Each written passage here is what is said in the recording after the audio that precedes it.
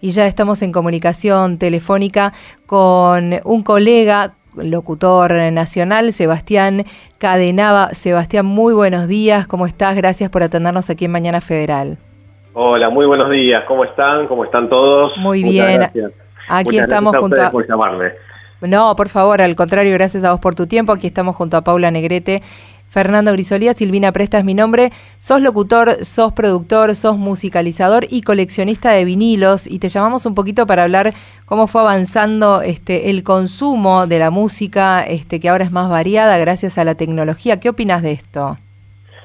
Mira, quizá pueda sonar un poco arcaico o anticuado en mi pensamiento, pero bueno, como la mayoría de los coleccionistas de vinilos, y más cuando la época del coleccionismo en la que yo me baso más que nada, voy a aclarar un poquito qué es lo que colecciono, son los años 50 y 60 a nivel internacional y de todos los ritmos, ¿no? Es algo medio muy específico, pero hay mucha gente que colecciona de esa época y ese tipo de vinilos. En general yo sigo pensando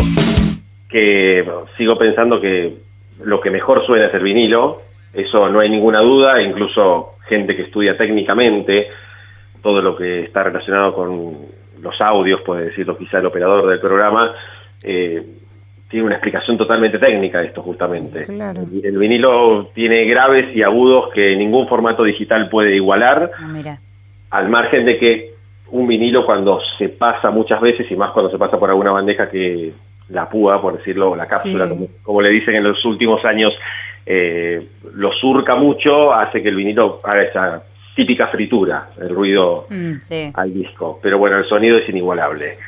En cuanto al consumo de los últimos años, sabemos que el vinilo volvió a establecerse, quizá no tanto en nuestro país como en Estados Unidos o en países de Centroamérica. Claro, porque uno escucha vinilo y la verdad que se remonta años atrás, pero bueno, ahora volvió.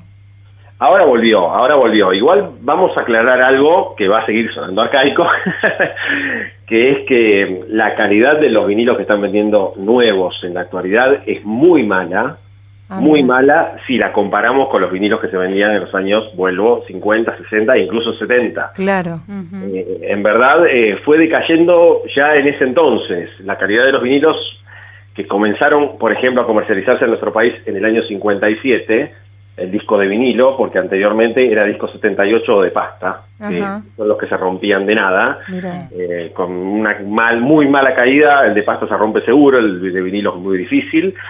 Se comenzaron a comercializar en el 57, en los 60 comenzaron a mejorar mucho la fabricación de los vinilos, creo que a mi gusto es donde mejor sonaban, donde mejor calidad tienen, y después fue decayendo hasta que desapareció. Hasta que luego de unos años a esta parte comienzan a aparecer nuevamente, pero son mucho más finitos, el sonido para mí no es el mismo, la calidad no es la misma, con lo cual es un vinilo que sí, imita el formato de esos, pero para mí no le llegaría a los talones, por decirlo de alguna manera. Claro. No sabía eso de los agudos, ¿viste? De los... Pensar que en algún momento era la forma que tenían los DJ de poner música, variando así los vinilos, y bueno, ahora prácticamente tienen una... con la tecnología avanzó mucho ahí. Llevas un pendrive o... Sí, cargan toda su música ahí y bueno, y ya está. Exactamente, ese es el tema. Y vamos a aclarar algo que quizás no muchos saben, que tiene que ver con la fabricación de vinilos en Argentina. En los años 50, 60 y parte de los 70, los discos en Argentina se fabricaban, incluso los discos que venían de afuera. O sea, no se vendía un disco importado en la batea, se podía conseguir obviamente, pero puntualmente a fines de los 50 y comienzos de los 60, que es cuando empieza la explosión del vinilo y desaparece el disco 78, en Argentina todas las compañías discográficas, no las vamos a nombrar porque muchas todavía existen, tenían su sede en Argentina y se fabricaba el vinilo aquí. Por eso es que muchos coleccionistas de Europa o de Estados Unidos buscan, por ejemplo, no sé, el vinilo argentino de los Beatles, un ejemplo. En los Beatles no pasaba tanto, pero muchos artistas lo que sucedía es que, como aquí el vinilo salía muchos meses quizá después que en Estados Unidos, por ejemplo, el disco es diferente. Aquí le hacían otra artística de tapa e incluso a veces tiene otros temas musicales.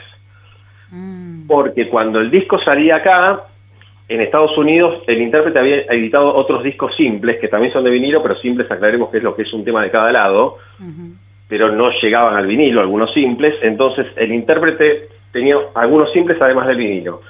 Entonces el vinilo argentino quizá tiene 8 temas iguales que en Estados Unidos, pero tiene 4 temas que el de Estados Unidos no tiene porque salieron en simples allí. Ah, mira. Es muy curioso eso y muy bueno en algunos casos y muy malo en otros, porque las discográficas eran 1 o 2 personas en Argentina que decían qué tema se vendería y cuál no del disco en Argentina. Hacían una selección y decían este sí, este no, este sí, este no, mejor agreguemos este. Era muy aleatorio y era el oído musical de esa persona. Claro. Sebastián, viste que hay para todos los gustos en cuanto a música se refiere. ¿A vos qué música te agrada más? Es difícil contestar esa pregunta siendo que colecciono, pero bueno, mi oído y mi gusto está por el lado del jazz y del pop más que nada. El bossa nova me enloquece, pero no deja de ser una mezcla de jazz con samba, con lo cual estamos para el mismo lado. Claro.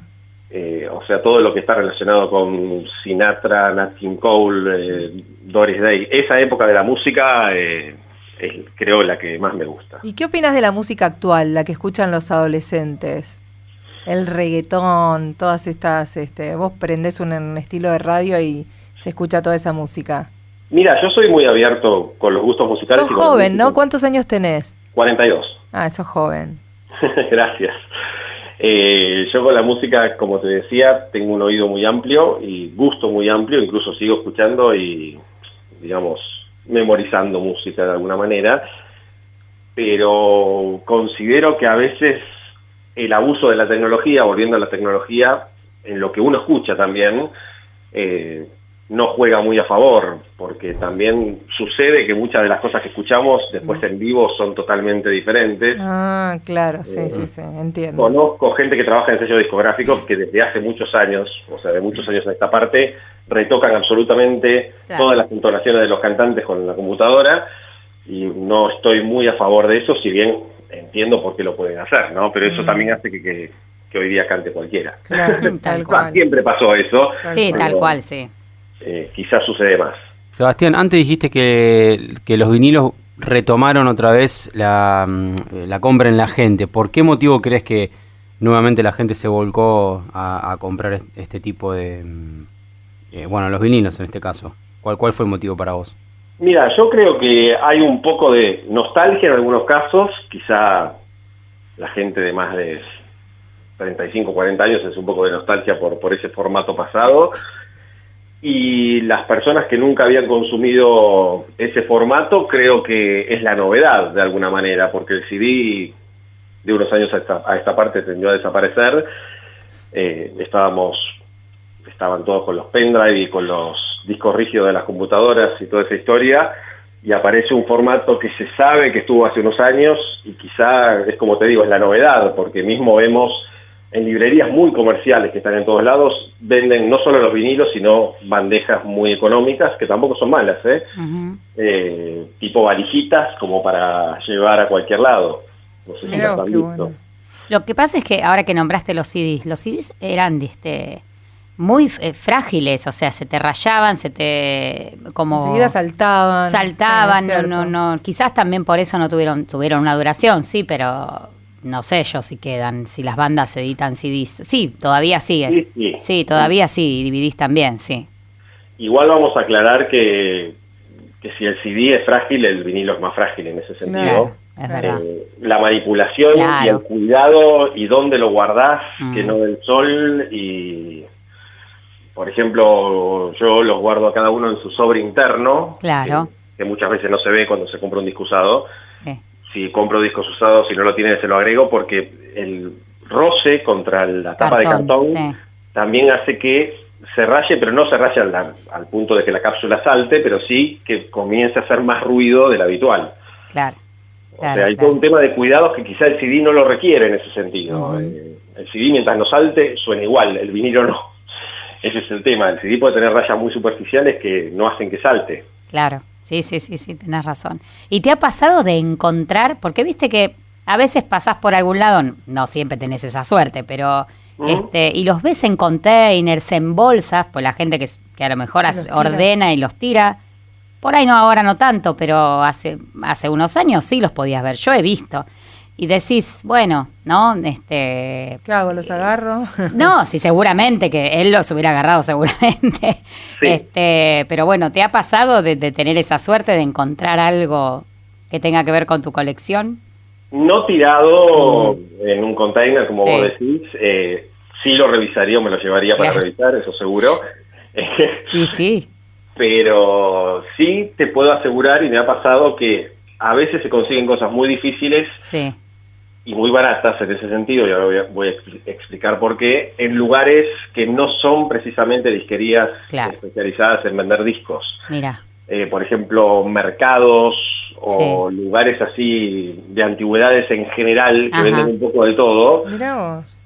Y vamos a aclarar que en general, donde más reviso y donde más hincapié pongo con mi vista, en cuanto al precio también hablo, ¿no? Claro, sí. En ese tipo de lugares, porque en ese tipo de lugares es cuando ponen, no sé, discos de vinilo, no sé, 50 pesos cada uno. En general, cuando sucede eso, la persona que lo vende no sabe lo que está vendiendo, porque no valen todos lo mismo. Claro.